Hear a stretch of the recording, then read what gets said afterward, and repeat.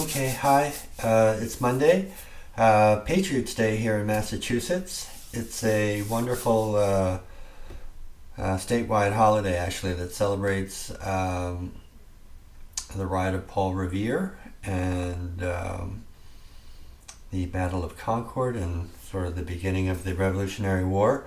It's also Marathon Day here, and anyway. Just a little local color there. Okay, so I want to do a quick video on last week and a little introduction to the coming week. So last week we basically went over how you some basic strategies for preserving wealth if you're lucky enough to have a nonprofit that has actually been financially successful and been able to establish some liquidity, maintain a liquidity target, and have additional funds that they can invest in. Zitlo has some pretty standard, simplistic rules for that should guide your short-term and long-term investment strategies. The main thing I might just emphasize in thinking back to the week is that remember that your long-term strategy, you want to basically preserve the buying power of your assets. So you have to make sure that whatever you're investing in, it accounts for the inflation rate, so that when you go to replace your assets, when they're used up, you actually have the buying power to replace them with, right?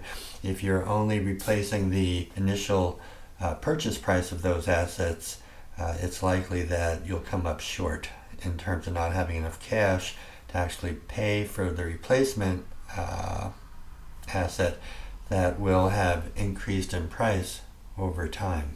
Okay? We also talked about the first part of Terry Ann Lunt and the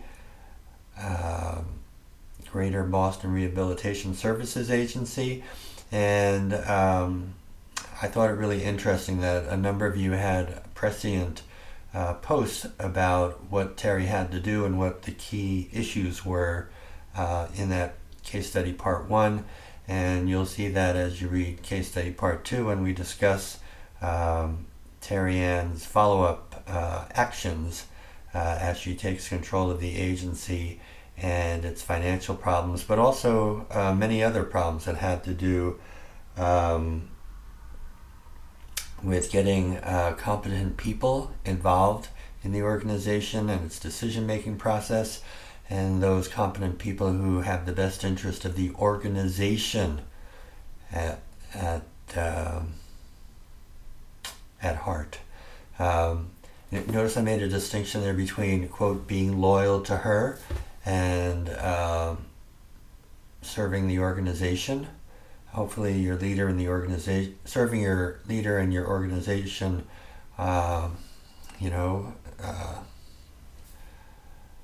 is one of the same thing, but that's not always the case. So the important piece there is that the people really have the organization's best interest at heart. And then also you'll see that she has to help the organization reestablish its mission and clarify its mission, and then put into place operational strategies and financial strategies that are complementary and both support the clarified mission that is developed. And many of the comments in discussion forum comments from last week really hinted at or said that that's what she had to do. So it was really interesting that you guys did a great job of taking the case study through and identifying areas that Terry Ann had to work on. And so as we think about the case study part B and what Terry worked on and what she did well, it'll be interesting to then see her actions through the prism of this week's readings and themes, which are about how you have to really manage your finances and be a financial leader or exhibit financial leadership skills as you manage your organization. And I'm going to go out on a limb here. I think it was Noah that talked about how you have to manage your finances just like you manage any other aspect of your organization. And I apologize if it was somebody else other than Noah that made that comment.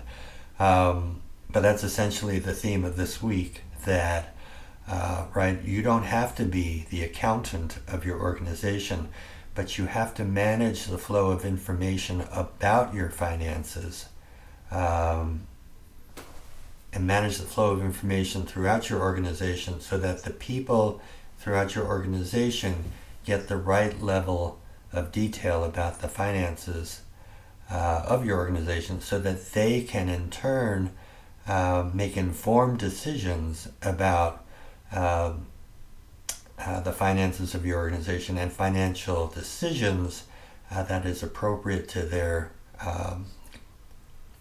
position in the organization and their legal responsibilities. Remember, we talked about that early in the course, that different people in the organization have different legal responsibilities.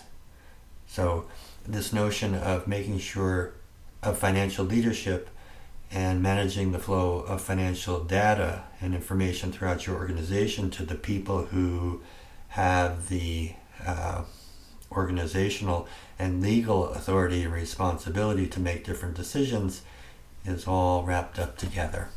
Okay? All right, so I'll see you online.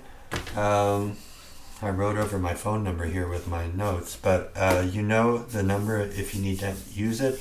That's 413-237-7475. And I'll see you online.